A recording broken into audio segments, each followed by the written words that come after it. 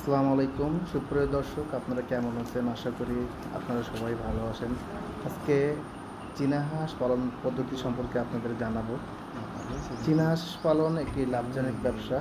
আর এই ব্যবসা সম্পর্কে আমি আজকে বিস্তারিত আপনাদের সামনে বলবো। কি বিষয়গুলো মেনে চললে চীনা হাঁস পালন আপনাদের জন্য সহজ হবে এবং আপনারা এতে করে লাভবান হতে পারেন। চীনি হাঁস পালতে হলে প্রথমে আপনাদের লক্ষ্য রাখতে হবে সুস্থ বাচ্চা নির্বাচন।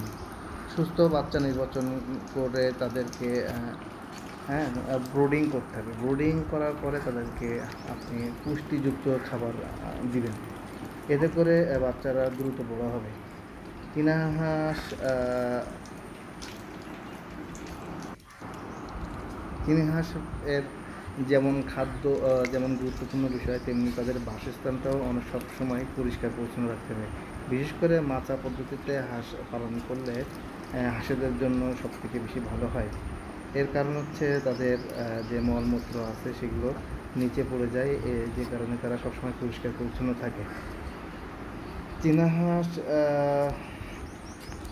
এর খাদ্য সম্পর্কে এখন আপনাদের বলবো। চীনা হাঁস সাধারণত ভুট্টা, গম, কুড়ো, বিভিন্ন ধরনের শামুক এই জাতীয় খাবার খেয়ে থাকে।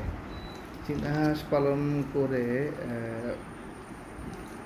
অনেকেই লাভবান হচ্ছে।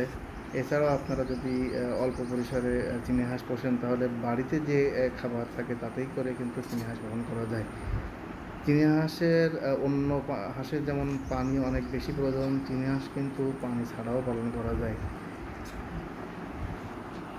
তবে আকারে যদি কেউ চীনা হাঁস পুষতে চায়, তাকে অনেক সতর্কতা অবলম্বন করতে হয়। তাদেরকে অনেক নিয়মকানুন মেনে চলতে হয়। বিশেষ করে তাদের টিকা, তাদের কৃমির ডোজ, ভ্যাকসিনেশন সব কিছু তাদেরকে লক্ষ্য করতে হয়।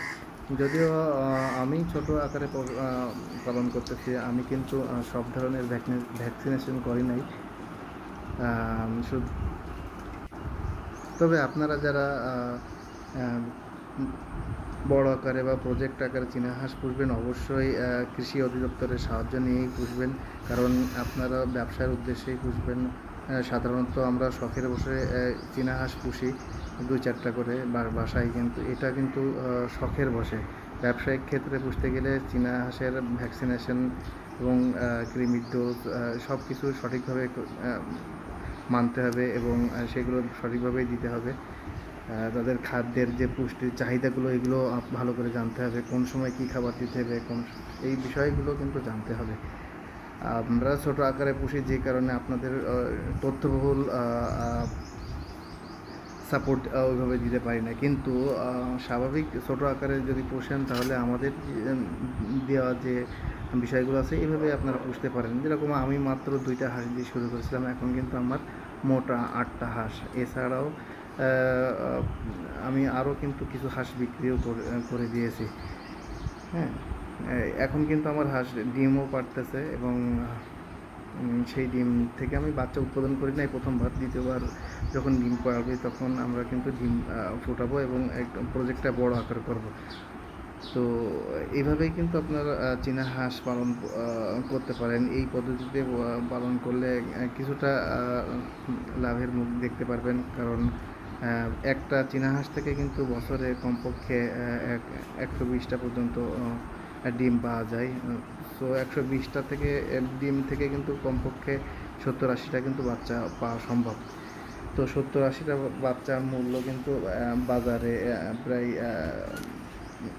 যদি 70টা হয়, তাহলে কিন্তু 7,000 টাকা। তো একটা হাঁস থেকে বছরে কিন্তু আপনি 7,000 টাকার মতো ইনকাম করতে পারবেন। তো যদি 10টা হয়, তাহলে কিন্তু 70,000 টাকা পর্যন্ত ইনকাম করা সম্ভব।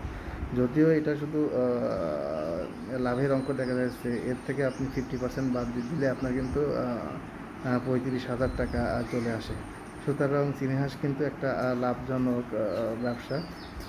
চীনা হাঁস জেনে বুঝে আপনারা পালন করবেন, কারণ কারোর কথায় উদ্বুদ্ধ হয়ে অবশ্যই পালন করবেন না। নিজে জানবেন, বুঝবেন, আশেপাশে দেখে তাদের থেকে শিখে তারপরে আপনি চীনা হাঁস পুষবেন।